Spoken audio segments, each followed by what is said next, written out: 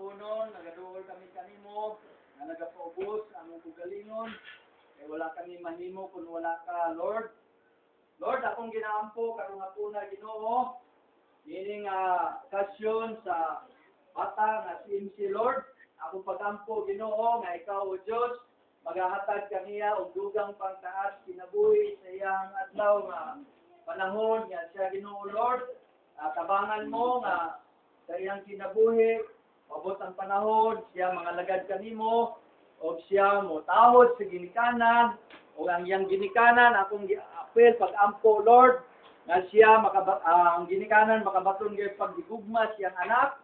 o padayon sila magasuporta hangtod sa mabot ang panahon nga mo eskwela na si MC, o ana ang ilahan, padayon, nga pagsuporta sa ilang anak. Lord, panalangini ang ginikanan, inuman sa iyang amahan, na si Dudong, o ang iyang inahan, si Maricel, padayon ka, Ginoo Lord, magahatag kanila katubagan sa ilang kinabuhi, bisan pa man karong hapuna, ania karon sa imong atubangan, Ginoo, ang mga bata, nga maging witness, Ginoo Lord, sa birthday ni MC, imo silang panalanginan, Ginoo, nga mudako sila, mutahod silang ginikanan,